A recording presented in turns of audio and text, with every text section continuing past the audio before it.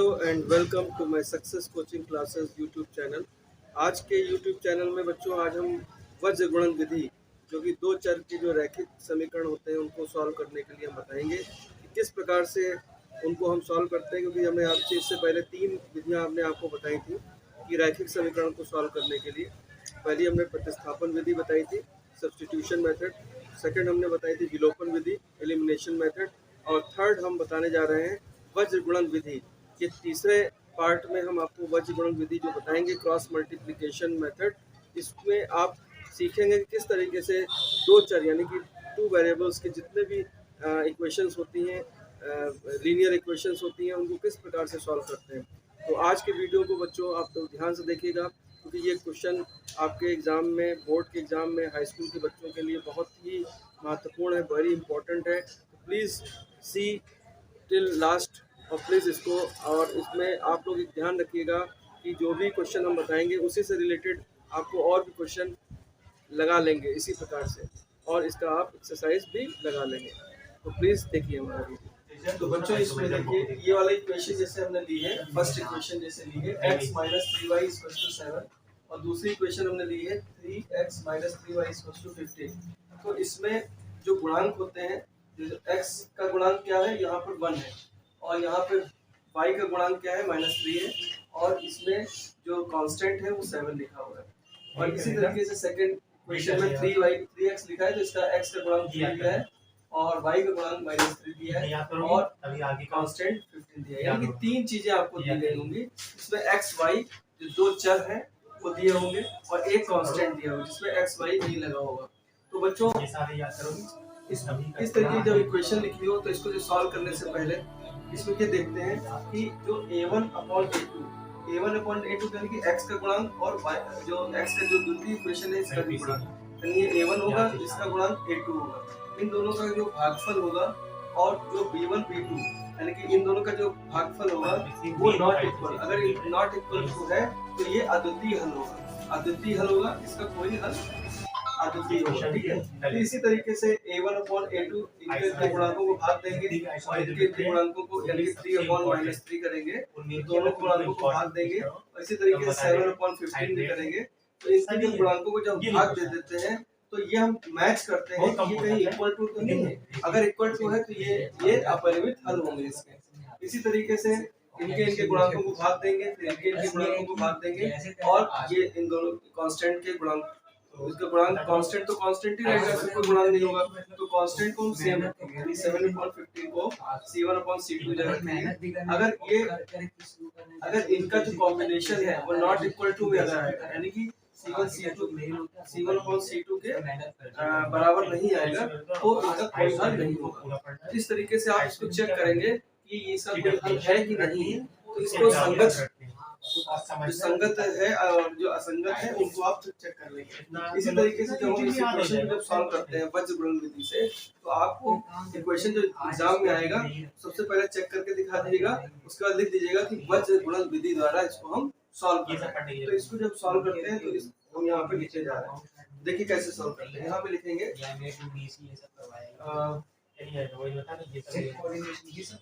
समीकरण एक, इसको हम एक मान लेंगे और इसको हम समीकरण 2 मान लेंगे। समीकरण 1 व 2 से अब इन दोनों समीकरणों को हम ax plus by plus c equal to 0 के फॉर्मेट में लिखेंगे। तो बच्चों इसमें देखिए हमने इसमें आपका इसका कोफिशिएंट्स निकाल लिए हैं। इसका कोफिशिएंट हमारा जो है पहले वाली जो समीकरण को हमने पक्षांतर करके बनाई तीसरी इक्वेशन, इसका जो है a1 a2 यानी कि a1 की वैल्यू 1, a2 की वैल्यू 3, b1 की वैल्यू -3, b2 की वैल्यू -3 और c1 की वैल्यू -7 और c2 की वैल्यू -15 हो जाएगी।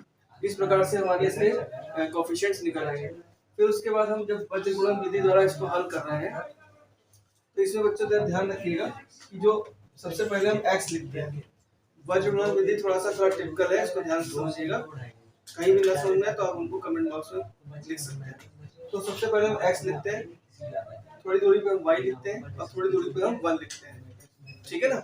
तो उसमें जब हम x y और 1 x y 1 इसलिए लिखते हैं क्योंकि इन्हीं के हमें जो कोफिशिएंट्स होते हैं, उनके गुणांक होते हैं, उनको हम बटे में नीचे क्रॉस करते हैं। इसी जब क्रॉस करने के ही लिए इसको हम वज्र कहते हैं, वज्र गुणन कहते हैं, यानी कि क्रॉस मल्टीप्लिकेशन। क्रॉस मल्टीप्लिकेशन का मतलब ही यही है कि हम यहाँ पर क्या करते हैं, इनके गुणांकों को एक दूसरे से क्रॉस करते हैं। तो क्रॉस करने का जो मेथड है वो हम आपको सिखाना चाहते हैं। इसको सीखने के लिए सबसे पहले हम, जैसे हमने बताया कि x लिख लेंगे, y लिख लेंगे और इसका कांस्टेंट लिख लेंगे। उसके बाद जो x लिखा हमने, तो x को हम छिपा लेते हैं, x के कोफिशिएंट को क्या करते हैं, छिपा लेते हैं। जब छिपा लेंगे तो y और कांस्टेंट बचेगा। तो y के जो कांस्टेंट है, y के जो कोफिशिएंट्स है, कांस्टेंट नहीं सॉरी कोफिशिएंट्स, तो y के कोफिशिएंट क्या है, -3 है, -3 है। तो इसको हम यहाँ पे यानी कि b1 और b2 यानी कि यहाँ पे हम लिखेंगे इसकी जगह पर। इसी तरीके से c1 c2 इसके कोफिशिएंट को लिखेंगे। उसके बाद हम a1 a2 के कोफिशिएंट को लिखेंगे। इसी तरीके से a1 a2 यहाँ पे रहेगा। एक चीज ध्यान रखिएगा कि जो भी अब यहाँ लिखेंगे, इसको ध्यान रखिए, जब इसको छिपाएंगे तो इसके कोफिशिएंट को लिखेंगे, इनके और इनके। ठीक है। इसी तरीके से जब y के नीचे लिखेंगे तो y वाले को छिपा लेंगे, इसका कोफिशिएंट और उसके कोफिशिएंट को लिखेंगे और इसको कांस्टेंट को एज इट इज लिखेंगे। इसी तरीके से जब फर्स्ट वाले को करेंगे, 1 वाले को करेंगे, तो इसको छिपा लेंगे और इसके कोफिशिएंट और इसके कोफिशिएंट को लिखेंगे। इस तरीके से हमारा जो ये कॉम्बिनेशन बनेगा, इसको आपको सीखना बहुत आवश्यक है। ये अगर आप सीख जाते हैं तो इसके बाद क्रॉस करना बहुत आसान हो जाएगा। तो क्रॉस करने का भी मेथड आप समझा देंगे। अब देखिए, जब हम b1 लिखा है, इधर b2 लिखा है, थोड़े डिस्टेंस में c1 लिखा है, c2 लिखा है। इसी तरीके से इसके नीचे जो लिखा है, तो सबसे पहले ऊपर से नीचे चलते हैं, ऊपर से नीचे हम एरो लगाते हैं और नीचे से ऊपर एरो लगाते हैं।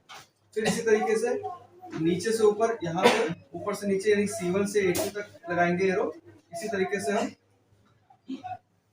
c2 से a1 की तरफ एरो लगाएंगे। इसी तरीके से एरो लगाएंगे और इस पे एरो लगाएंगे। तो इस तरीके से ये वाला कॉम्बिनेशन बन गया। इसी को हम वज्र गुणन यानी कि क्रॉस बन गया। ये क्रॉस बन चुका है। अब इसको अगर फॉर्मेट पे लाएंगे तो क्या बनेगा, इसको जरा से देखिए। तो क्या बनेगा, x अपॉन, तो जब इधर देखिए हमने दोबारा लिख दिया है हमने, यानी कि b1 को c2 से करेंगे तो b1 c2 हो जाएगा माइनस b2 c1 हो जाएगा। अगर देखिए ये आपने अगर सही से बना लिया तो आपका वज्र गुणन जो है cross multiplication method very easy हो जाएगा। अगर इसमें अगर कोई गलती हो गई तो आपका दिक्कत करेगा। तो इसको बहुत इजी फॉर्मेट में, इसको कई विधियों से आप समझ सकते हैं, सर्कल बना के भी कर सकते हैं, या इस तरीके से हमने जो मेथड है सबसे आसान होता है कि जो x के नीचे जब लिखेंगे तो x वाले को छिपा लेंगे, इसके गुणांक बाकी वाले गुणांक, और अगर आप y के नीचे लिखेंगे तो y वाले को छिपा लेंगे गुणांक और इनके कॉम्बिनेशन को लिखेंगे। इसको जब इसके इसके नीचे 1 के नीचे आप लिखेंगे तो x y को के कोएफिशिएंट नीचे लिखेंगे थोड़ी थोड़ी दूरी पे, फिर बाद में दोनों को क्रॉस कर लेंगे। तो जब ऊपर से जब नीचे लिखेंगे, जब ऊपर b1 c2 को लिखेंगे तो b1 c2 हो जाएगा, नीचे से ऊपर लिखेंगे तो एक माइनस लगाएंगे, b2 c1 हो जाएगा। इसी तरीके से इक्वल टू लगाएंगे y अपॉन, ये क्या हो जाएगा, c1 a2 minus c2 a1। इसी तरीके से 1 के नीचे जब चलेंगे तो क्या हो जाएगा, a1 b2 minus a2 b1। तो अब देखिए इस तरीके से हमारा ये फॉर्मूला तैयार हो गया। फॉर्मूला जब तैयार हो जाएगा तो इसमें हम इनकी वैल्यूज को डाल देंगे। वैल्यूज को डालने के तरीके को ध्यान से देखिएगा। x बटे, अब b1 की वैल्यू क्या थी हमारे पास, b1 की वैल्यू हमारे पास -3 थी। इसको हमें बहुत ध्यान से रखना है, ब्रैकेट में लिखिएगा क्योंकि माइनस की वैल्यूज है, क्योंकि हमें मल्टीप्लिकेशन भी करना होगा। तो b1 की वैल्यू क्या थी, -3, और c2 की वैल्यू क्या थी, -15। माइनस लगाएंगे, b2 की वैल्यू कितनी थी, -3 थी, और c1 की वैल्यू कितनी थी, -7।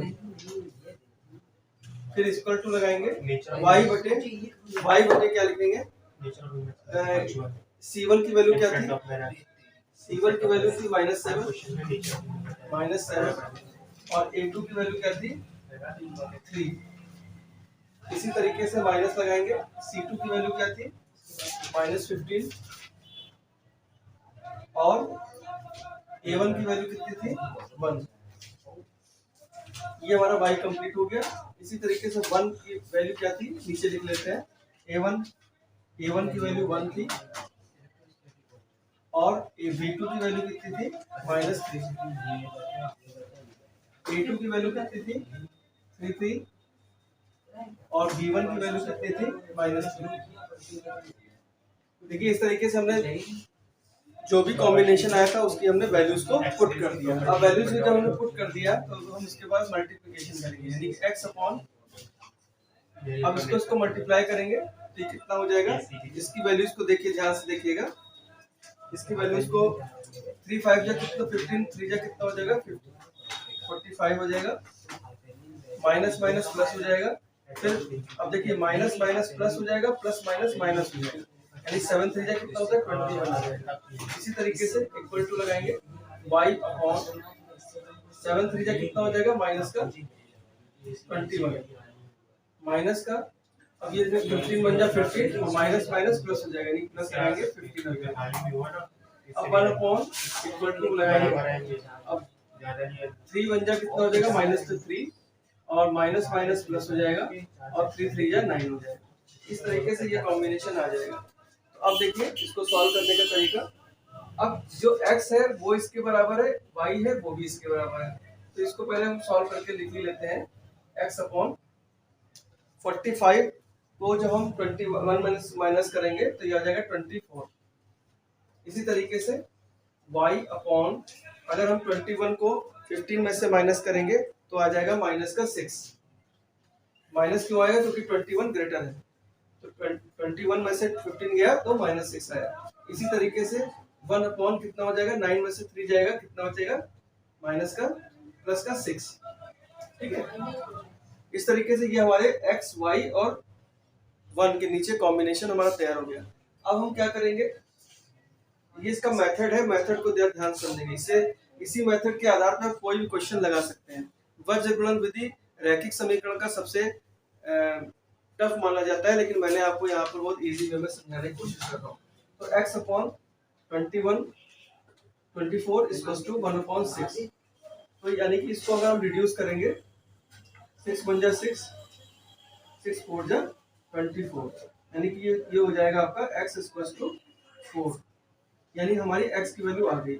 इसी तरीके से जब हम y अपॉन 6 ले लेते हैं, -6 इक्वल टू 1 अपॉन 6 ले लेते हैं, तो 6 1 जा 6, 6 माइनस 1 जा, यानी कि 6 y इक्वल टू हो जाएगा -1।